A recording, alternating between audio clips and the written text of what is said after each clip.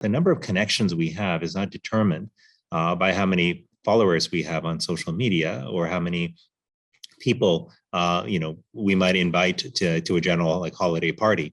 It's really determined by the number of people with whom we feel we can show up as ourselves, with whom we can be vulnerable, with whom we can be truly open. That's what defines the highest quality connections.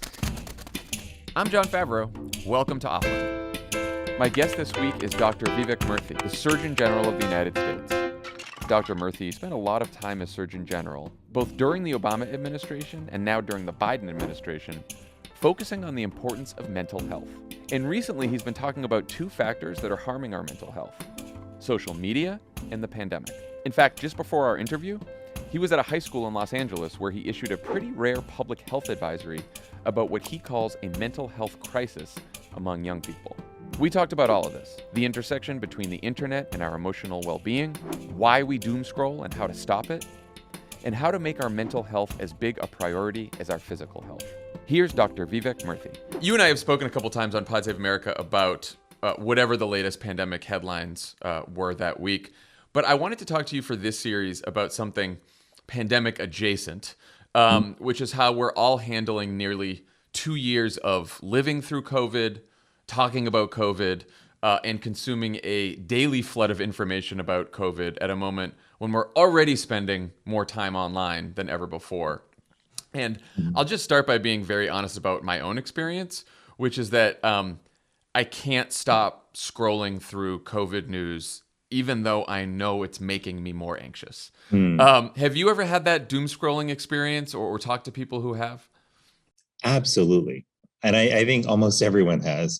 It's like you get sucked into the vortex of bad news and you just keep finding more and more of it.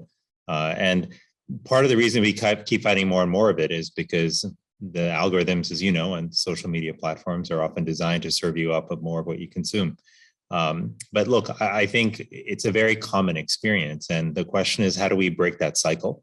What can we do in those moments when we find ourselves descending into, that sort of despair, if you will? Because it's not just about the despair, it's what it's also shoving aside in our life. Like if you're like me, you probably experienced some of that when you're supposed to be asleep, right? You're, about to go to bed and you're like, let me just check my phone.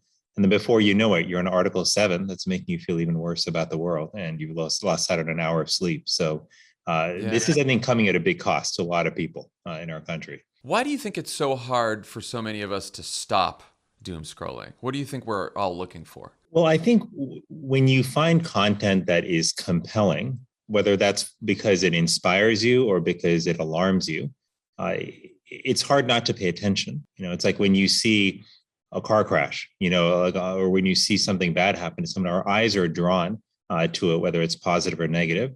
And I think that the way, again, we consume content is very related to the way that platforms are constructed and intentionally designed, which is to serve you up more and more content that will grip you, because many of these platforms, frankly, are built on business models where they profit off of the time you spend, regardless of whether that's time well spent.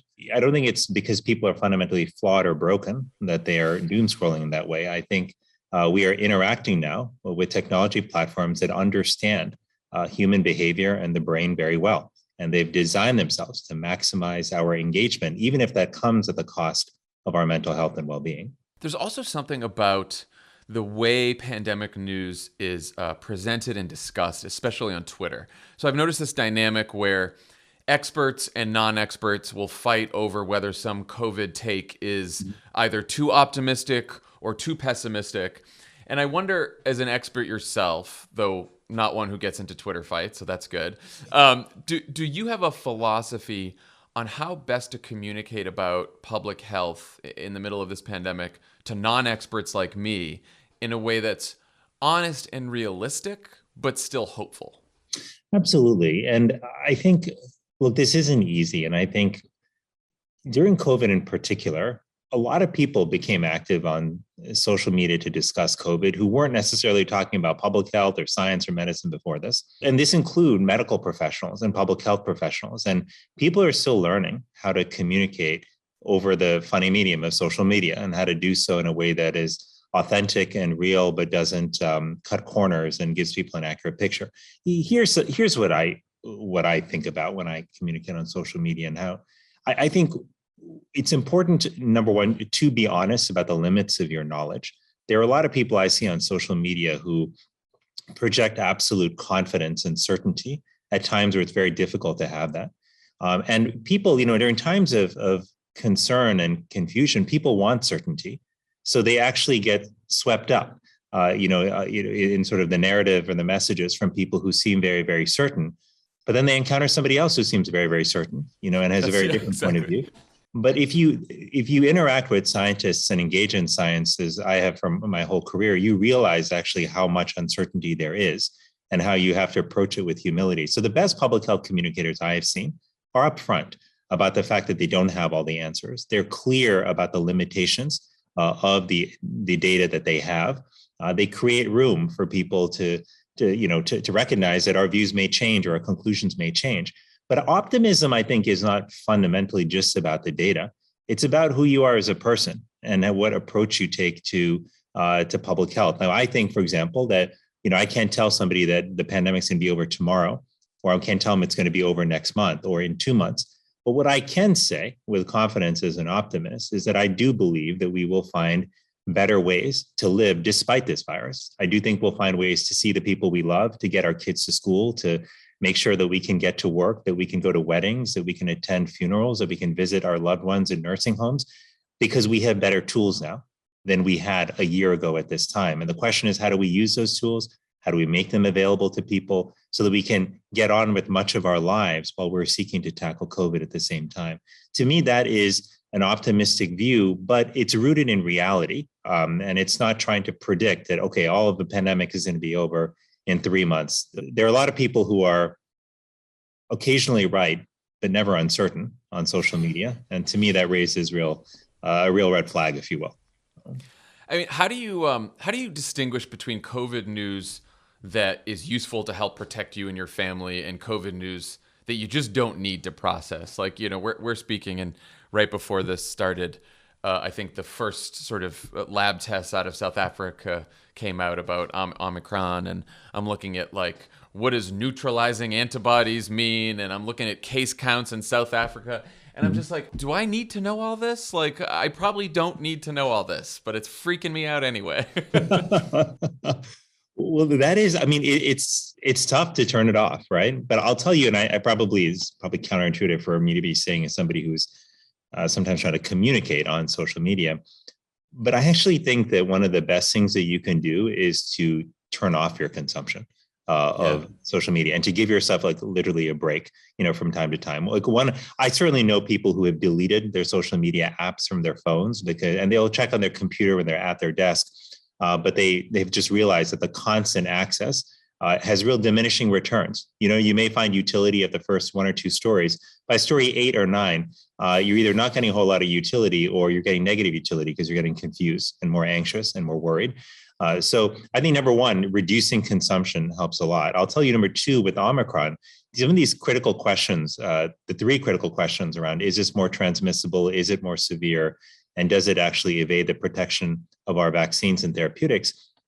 These questions, we're going to get bits and bits of information on them, like over the next a couple of weeks. But I will tell you this, if you tuned out for a whole week, and I know you may not do that, but if you did and you came back in a week, you would probably be no worse off. And what's happening, unfortunately, now is people are so hungry for information that they're taking any bit of data they can find, and they are interpreting it to death, right? And drawing conclusions from it, sometimes that aren't entirely warranted or heavily caveated.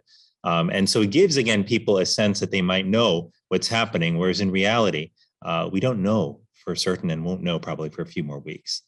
So even if we're not consuming COVID news, as you mentioned, the pandemic has forced all of us to spend more time online. By some measures, our screen time jumped by over 50% in 2020. I know mine was out of control.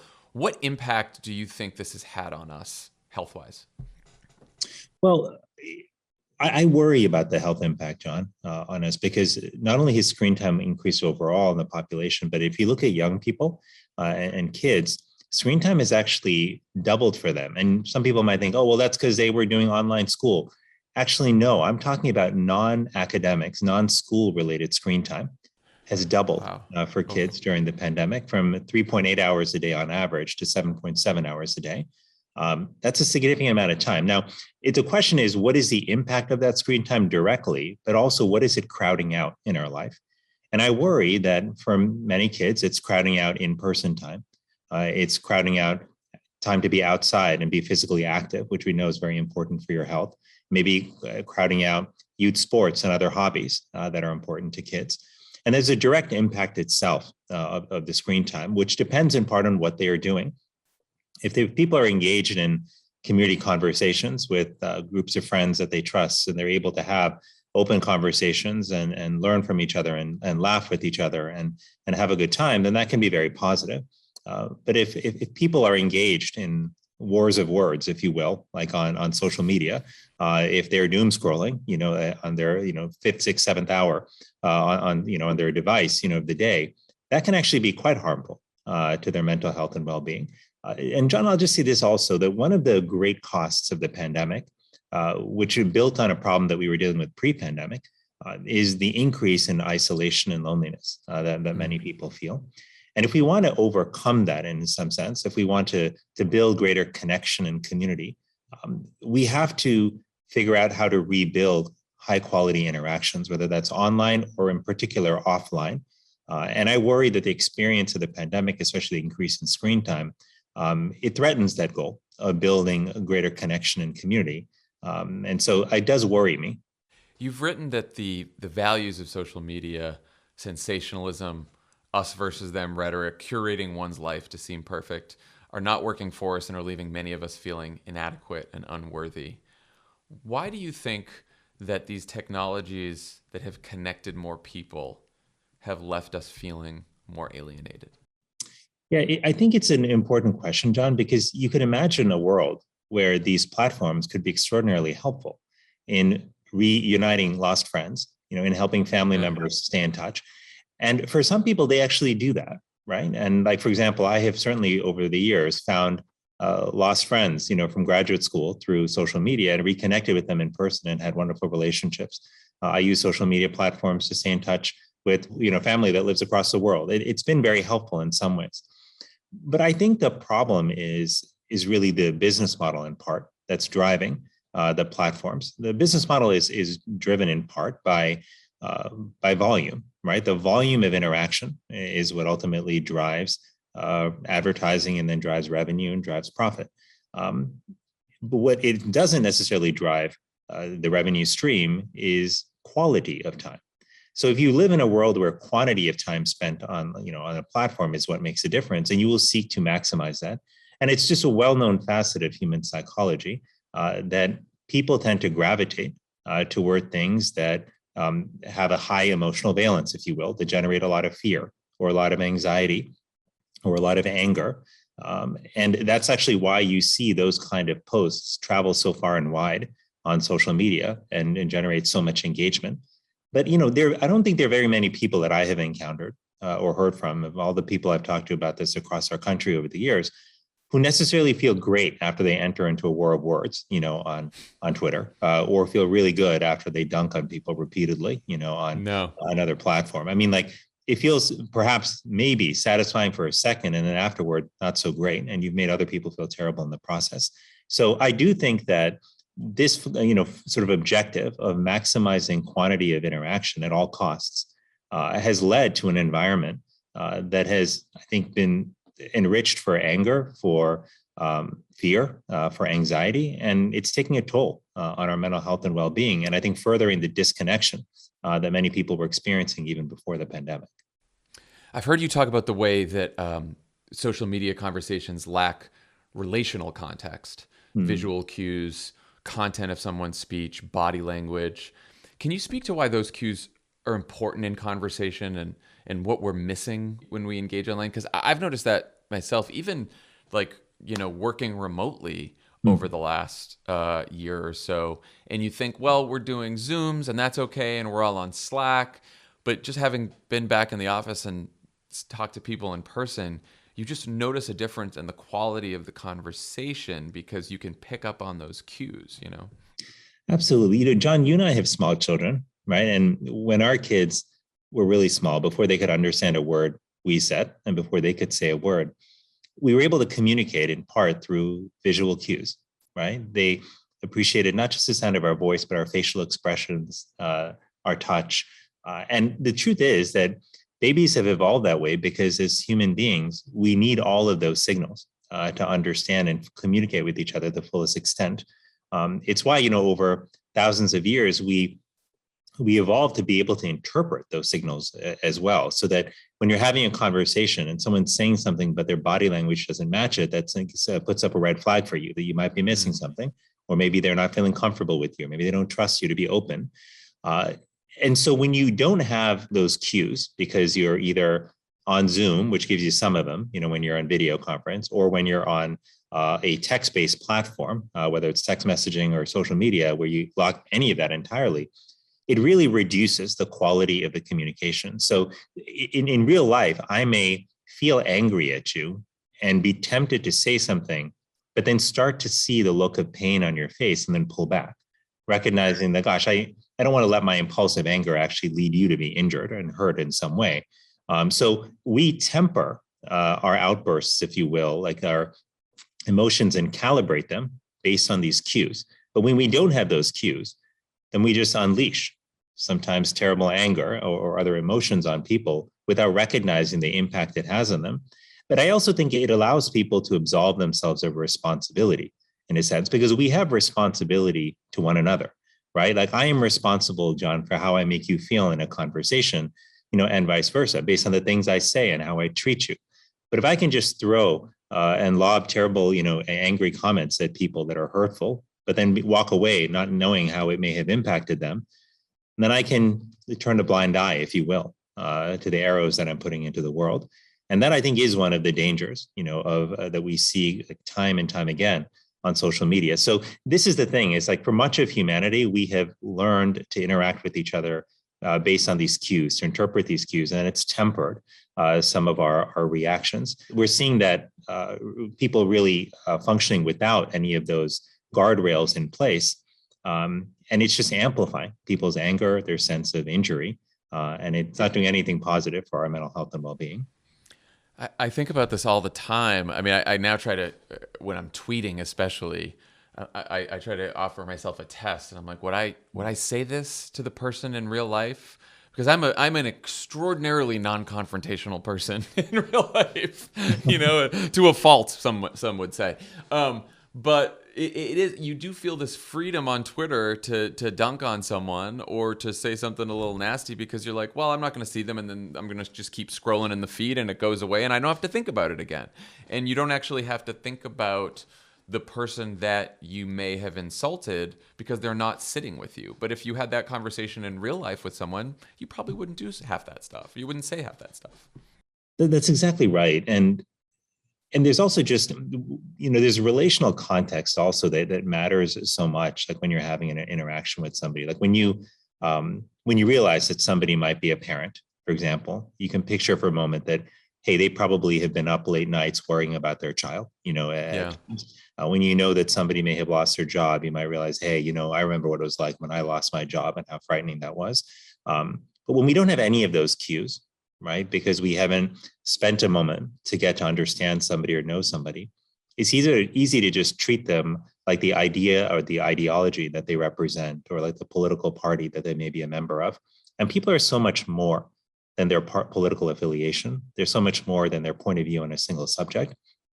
And I think that is one of the challenges we have today, John, like in society, which is how to see each other as whole human beings, how to reimagine and I think recapture a way of interacting with each other, which is true to our humanity and which treats us as people and not as singular ideas.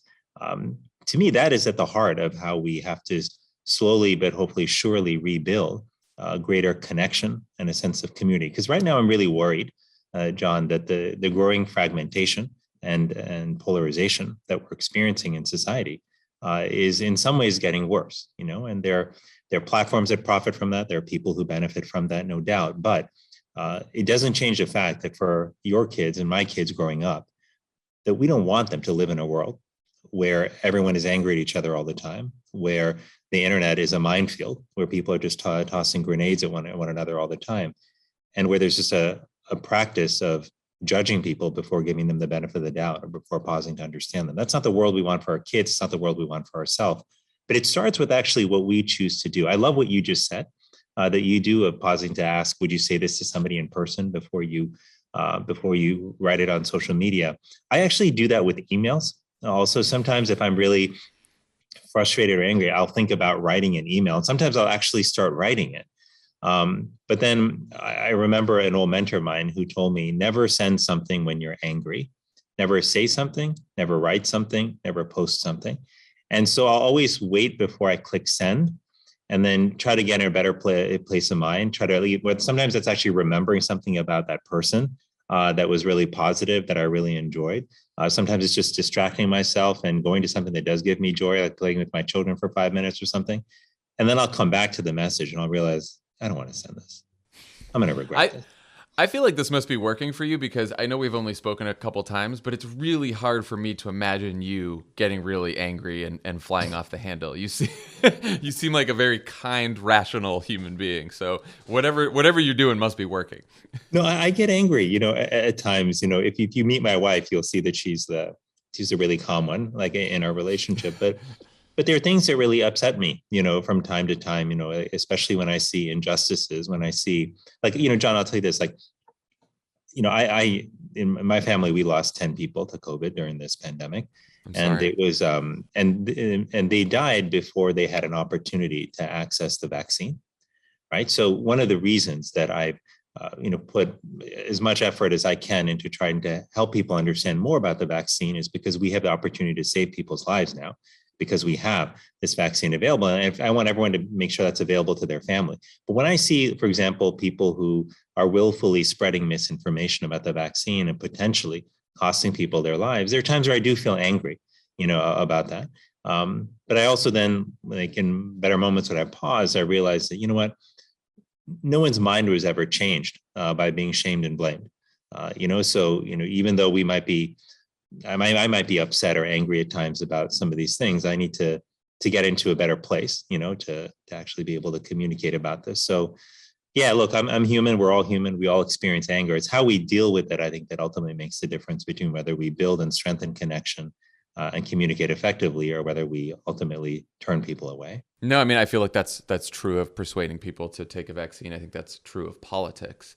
And I think this is another area where our addiction to social media has sort of fueled the division that already existed. I mean, you spoke about this a little, but this is basically the central reason I did this whole series is we had this incredible political polarization in this country. I'm a Democrat. I can argue that the Republican Party's extremism caused a lot of that. That's fine. But here's where we are. We have this polarization. Then we get into we are all on social media way too much. So we're online a lot. Then the pandemic hits, and now we're online even more at home, and everyone's really angry and really upset and despairing for good reasons, because we're in the middle of a pandemic. And I just think I really worry about sort of the state of the country and how we'll be when we come out of this. And I know you worry about this too. I know you just came from a high school here in LA where you spoke about the mental health challenges facing young people because of this pandemic. Do you think that sort of our mental health, both individually and collectively, has been a big enough part of the national discussion during this pandemic? It's a good question, John. I think that our mental health and well-being has been one of the greatest casualties of this pandemic, but it's been an invisible price that we've paid. And so it's less obvious than the number of lives we've lost or hospitalizations we've incurred, the number of people who have tested positive. So, we track what we see, but I think that often means that we're not paying attention to hidden costs like mental health.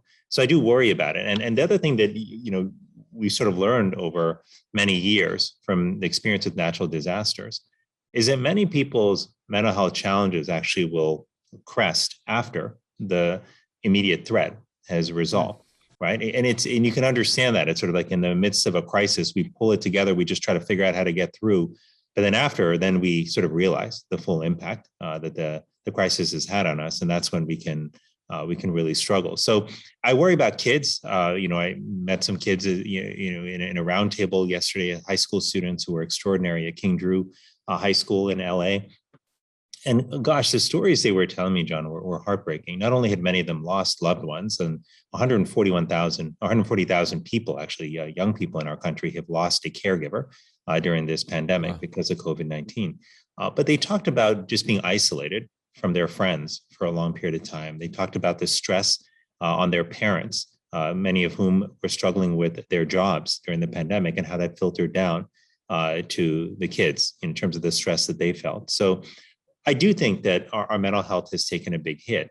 But I actually think there's also a silver lining here, potentially, John, as I see it, which is that one of the things I think many people have come to realize during the pandemic is that the relationships that they had in their life were a lot more important to them, perhaps, than they may have realized. Perhaps some of us, myself included, took some of those relationships for granted. But when we weren't able to see people as readily as we otherwise were, it sort of made us realize, gosh, those relationships really made a big difference, and were just nice to have. They were really critical for our overall health and well-being. I say this all the time. I went into the pandemic. I've never been sure if I'm an introvert or an extrovert, because I'm not the type of person who will go to a party and talk to a bunch of strangers, but I am the kind of person who really loves being around my circle of friends, my social circle. And I had this combo during the pandemic where, of course, we were shut in because it was the middle of the pandemic, and then we had Charlie, and so now we were new parents, also in the middle of pandemic.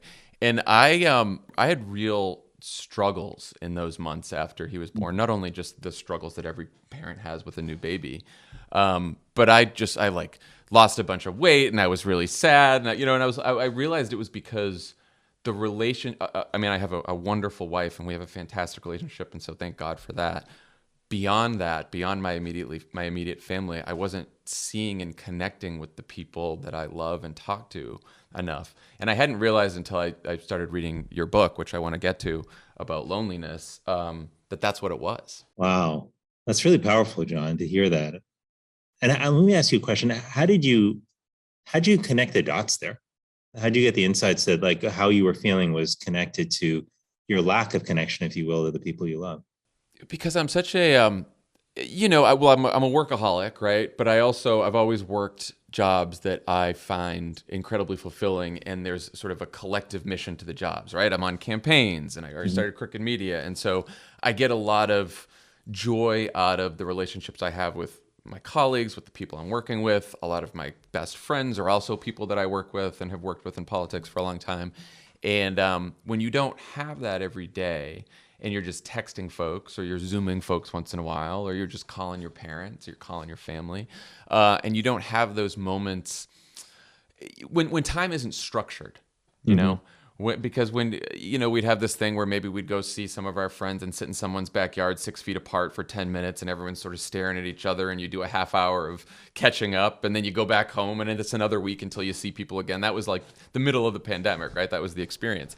And that's just a different kind of conversation and different kind of social connection than you're used to having. And I think once I started thinking about that, I realized that, yes, it's the middle of the pandemic, and yes, we're tired because we have this newborn, but those moments is what I'm really missing, and I think that was contributing to me feeling bad. I think it's really powerful, and I suspect that you're definitely not alone. I mean, my kids are small enough that I remember what it was like when they were born.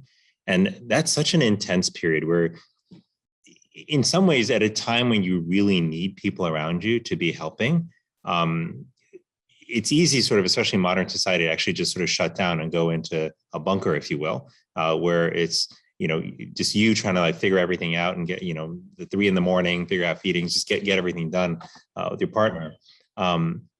And if you're just happening during the pandemic, where you especially it's not as easy for people and family to come and help out, that can be really incredibly tough, at one of the most stressful times of your life.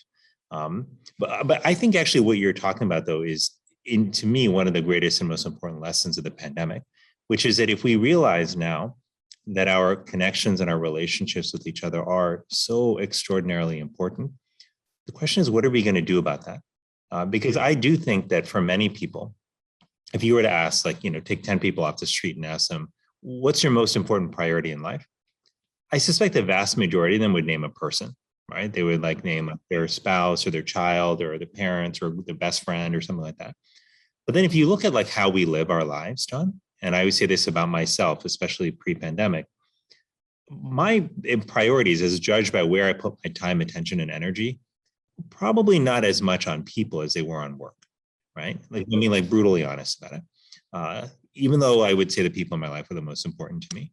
And the pandemic really forced me to grapple with that discrepancy, that inconsistency, and just say, well, what would it look like to really live a life where I put people first, where I built my life around my relationships and then fit work in as best I could or other priorities versus the other way around.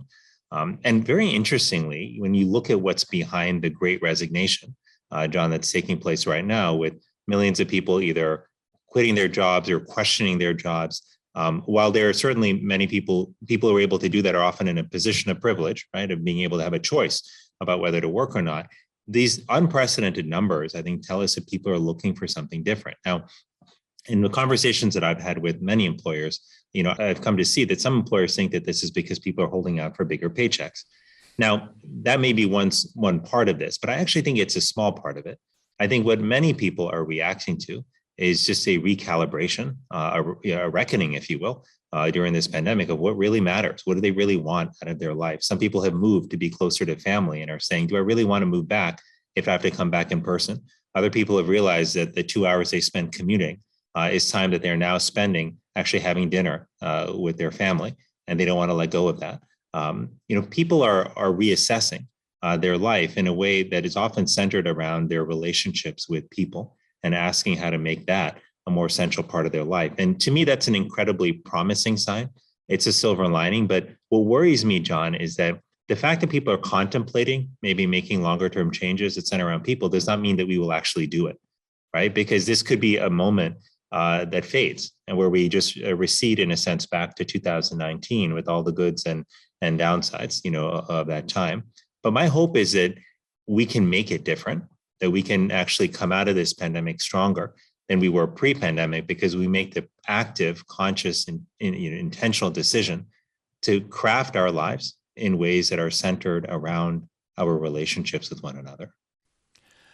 I've wondered a lot why we don't talk about this issue even more in the middle of this pandemic. And, I know a lot of conservatives have used mental health concerns to sort of justify their opposition to almost any public health restrictions. You saw that sort of at the beginning. And sometimes I wonder if that's prevented liberals from talking more about this crisis because it's yet another issue that's become politically polarized, right? Either you complain about restrictions because they're harming our mental health, or you say, no, it's more important to save people's lives. We should focus on that first and we can worry about everything later. And it's become a both sides thing. How do you think about the balance and potentially tension between pandemic public health policies that are designed to protect our physical health and public health policies that improve our mental health? It's such an important question. And I think that one of the things I think we have to do in public health is to get better at being explicit about the trade-offs and about recognizing that our mental health and well-being actually is an incredibly important consideration, even in the short term. I'll tell you, and I think if we had to do COVID all over again, I think there's probably some things that we would do differently in retrospect. I think number one, we would probably take a harder look at how to keep our children in school, or at least having some degree of in-person interaction, recognizing that not doing so came at a great cost for them and for their parents. I think the other thing that we would do is actually look at visitation policies in hospitals and nursing homes. You might remember in the beginning of the pandemic, visiting privileges were taken away in many institutions because people were worried about spread. But that led to these heartbreaking stories of family members not being able to be with their loved ones when they died, having to say goodbye via Zoom. It led to people missing out on the last months or years, or year rather, of a loved one's life who was in a nursing home because they weren't able to see them for those last few months. Those are extraordinarily high prices to pay, if you think about it, in terms of people's well-being. And I think we would probably find ways to strike a better balance, if we had to do do this all over again. But look, we were at the beginning of a pandemic that we didn't fully understand.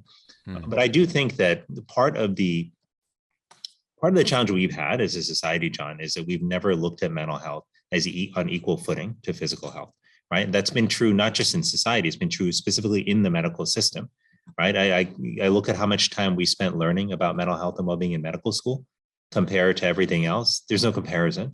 I even same in residency training. And that is actually, I think, somewhat still reflected in public health, even though public health has made a lot of advances as a field in recognizing the power of mental health and importance. Still, I think we tend to not prioritize it or weigh the impacts on mental health as much as we should. So this, I think, is a really important point of learning for how we approach public health interventions and measures in the future. We got to consider mental health as part of our overall health, and we have to treat it that way. So, you've been interested in these issues long before the pandemic. I mentioned this, but your book is fantastic. It's called Together, The Healing Power of Connection in a Sometimes Lonely World. We've just mentioned loneliness briefly, but I think a lot of people think about loneliness as physical isolation. You define it in a different way. Can you talk about that? Absolutely. And I'll tell you, John, this is not an issue that if you told me 5 years ago I'd be focused on, that I would have, sort of thought would have any credibility to, because I thought, gosh, I was focused on 50 other things. But this is an issue where I was really educated by people around the country about how important and consequential loneliness is. And let's talk about what it actually is. So loneliness is this subjective feeling that the connections you need in your life are greater than the connections you actually have. And in that gap, you experience loneliness. It's a feeling that can be painful, that can actually feel physically painful to people at times. But it's also a feeling that over time can increase our risk of depression, anxiety, premature death, heart disease, sleep disturbances, dementia, and the list goes on and on. The bottom line is loneliness has impacts on our mental and physical health. But loneliness is different from isolation. Isolation is more a objective descriptor of the number of people you have around you. But one of the things I came to see, John, when I served as Surgeon General during the Obama administration, was that you can be surrounded by lots of people and feel quite alone. In fact, I would go to college campuses around the country, talk to students who were surrounded by hundreds and sometimes thousands of other students on campus, but who would tell me that they felt profoundly alone. There were many times also me as Surgeon General, and as somebody who had experienced loneliness for many parts of my childhood and at times during adulthood. As Surgeon General, I was surrounded by people all the time. But there were times where I experienced actually loneliness, because I realized that as part of my sort of fully immersing myself in work, I had made the mistake, John, of letting some of my time and with old friends diminish, and in some cases disappear altogether. I had lost my contact, with family and friends, and done so because I thought, I don't know how much time I have in this job. I just want to do as much good as I can. And these are the stories we tell ourselves about why we cut ourselves off from our relationships. But the reality is that I could have done more and done it better if I had actually stayed connected to the other people in my life, because our relationships are a source of fuel. Our connection is what helps us to just be more and to do more in the world. I heard you say in a podcast that the way little children act proves that we're born to be social, relational creatures. And it's not that we lose that desire, it's that a whole bunch of stuff gets in the way, our individualistic culture, chief among them. Can you talk a little bit more about that? What gets in the way? Well, absolutely. And this is where becoming a parent for me has been such an educational experience. I've learned so much from watching my children and how they engage with the world. Like kids, for example, have this remarkable ability to find joy and wonder in the mundane, right? They can look at a spot on the wall and just be fascinated by it, And, we might be worried about what's happening in the stock market or what's happening with the number of, COVID cases or restrictions here or there, but they're finding joy in the moment. But I also find the way children treat one another, is so powerful. Like so many children, I find their instinct is just to reach out to other kids, is to be kind. I still remember my son, whenever somebody would come over, he would just give them a hug. That That was just what he did, you Charlie know? is just starting to do that now, and he says hugs, hugs, and then he just Yes. goes around and he just like now he's like hugging inanimate objects too. But that's okay, we're fine. He can hug everything, you know. But it's such a powerful instinct, and it seems so natural, you know. It is. And I actually think it is our, and remains, I think, throughout the course of our life, our deepest instinct, which is to connect with other people, to do so in a way that's informed and driven by love and kindness and compassion, not by fear, anxiety, or anger. But something happens to us as we get older, right? We come to learn, or we're taught, maybe through our own difficult life experiences, or from the people we see around us, that if you're open with your feelings, that people will take advantage of you.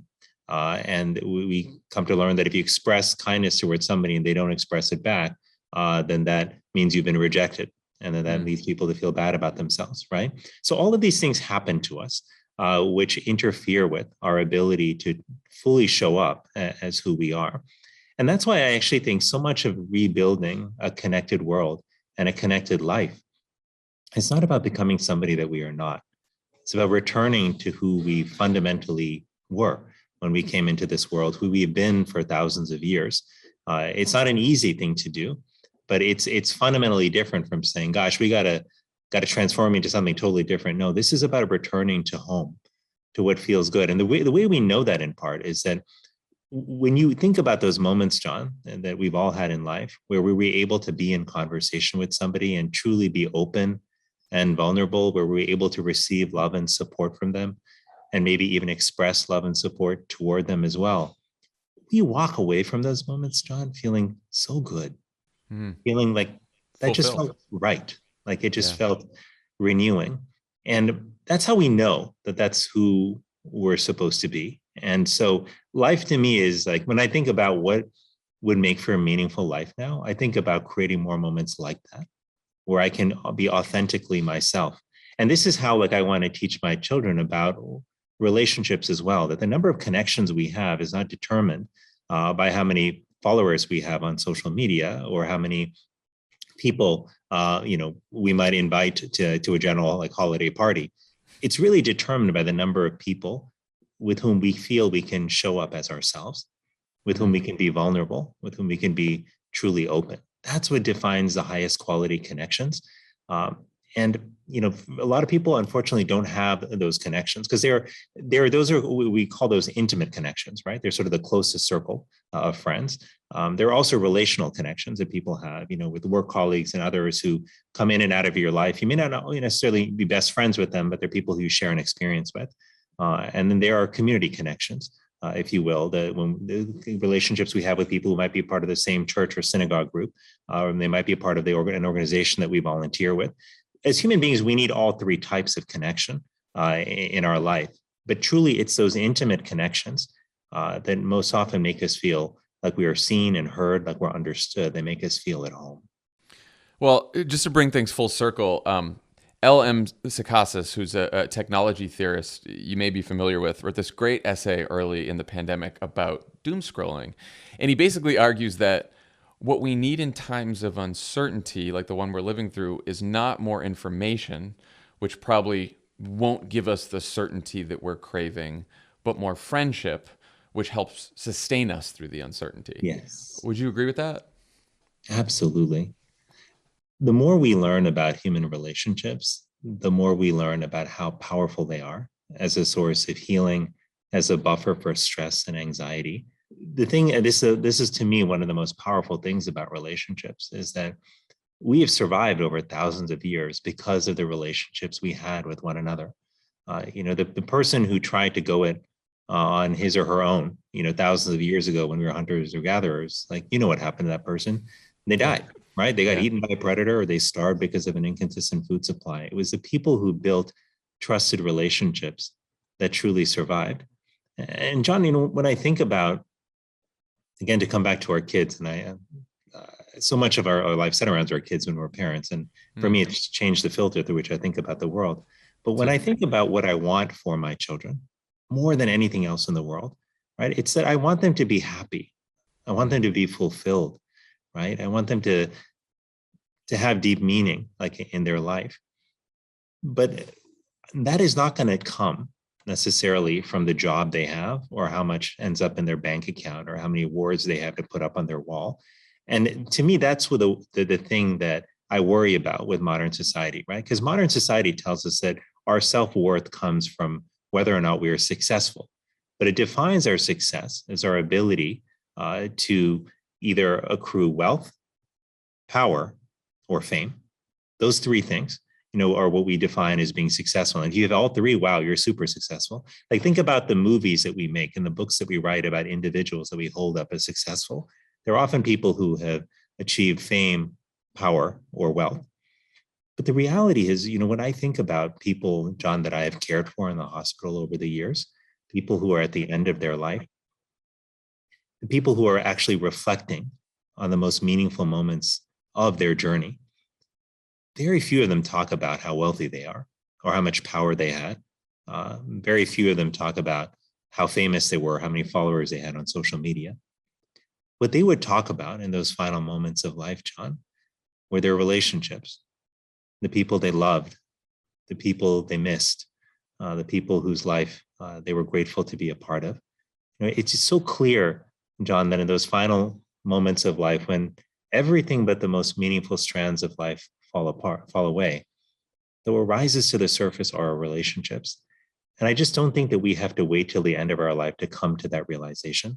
I think COVID has given us an opportunity to reset, to reassess, and to understand what really and truly matters in life. And that is our relationships with one another. And that's what I want for my children, is for them to lead a truly connected life.